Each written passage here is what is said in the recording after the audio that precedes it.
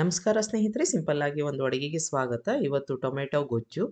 ಇದು ಎಲ್ಲದಕ್ಕೂ ಸೂಟ್ ಆಗುತ್ತೆ. ಅಂದರೆ ಅನ್ನಕ್ಕಂತೂ ಒಳ್ಳೆ ಕಾಂಬಿನೇಷನು. ಜೊತೆಗೆ ಚಪಾತಿ ಅಥವಾ ದೋಸೆ, ಇಡ್ಲಿ ಈ ರೀತಿಯಾಗಿ ಏನೂ ಮಾಡೋಕ್ಕಾಗಲಿಲ್ಲ ಅಂತಂದರೆ ಇದನ್ನು ಮಾಡ್ಕೊಂಡು ಇಟ್ಕೊಂಡು ನೀವು ಕಾಂಬಿನೇಷನ್ ಆಗಿ ತೊಗೊಂಡು ಹೋಗ್ಬೋದು. ಹೇಗೆ ಮಾಡೋದು ಅಂತ ನೋಡೋಣ. ಮೊದಲನೇದಾಗಿ ಒಂದು ಬಾಣಲೆಗೆ ನಾನು 3 ಟೇಬಲ್ ಸ್ಪೂನಷ್ಟು ಎಣ್ಣೆ ಹಾಕ್ಕೊಂಡಿದ್ದೀನಿ.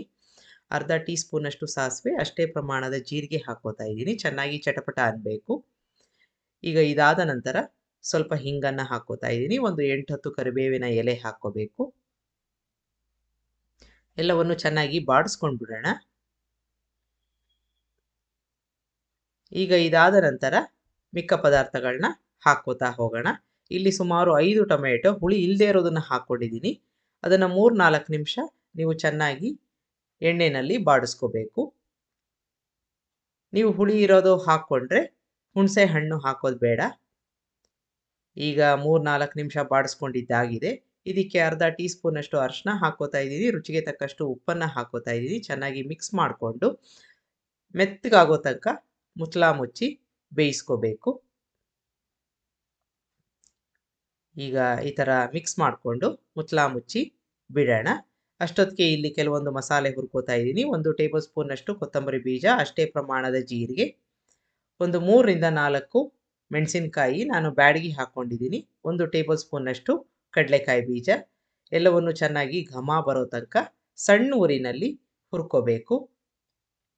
ಹೀಗಾಗಿದೆ ಇದು. ಆರಿದ ಮೇಲೆ ಇದನ್ನು ಮಿಕ್ಸಿಗೆ ಹಾಕ್ಕೊಂಬಿಡೋಣ. ಸ್ವಲ್ಪ ನೀರನ್ನು ಸಹ ಹಾಕ್ಕೊಂಡು ರುಬ್ಕೋಬೇಕು.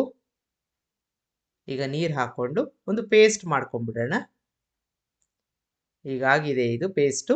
ಅಷ್ಟೊತ್ತಿಗೆ ಅಲ್ಲಿ ಟೊಮೆಟೊ ಚೆನ್ನಾಗಿ ಬೆಂದಿದೆ. ಒಂದು ಸಲ ಮಿಕ್ಸ್ ಮಾಡಿ ನೋಡಿಕೊಂಡು ಅರ್ಧ ಕಪ್ನಷ್ಟು ಹುಣಸೆ ರಸ, ರುಬ್ಕೊಂಡಿದ್ವಲ್ಲ ಮಸಾಲೆ, ಅದನ್ನು ಹಾಕ್ಕೊಂಡು ಸ್ವಲ್ಪ ನೀರನ್ನು ಸಹ ಹಾಕ್ಕೊಂಡು ಒಂದು ದೊಡ್ಡ ಚೂರು ಬೆಲ್ಲವನ್ನು ಹಾಕ್ಕೊಂಡು ಮಿಕ್ಸ್ ಮಾಡಿಕೊಂಡು ಎಣ್ಣೆ ರಿಲೀಸ್ ಆಗೋ ತನಕ ಸಣ್ಣ ಊರಿನಲ್ಲಿ ಕುದಿಸ್ಕೋಬೇಕು.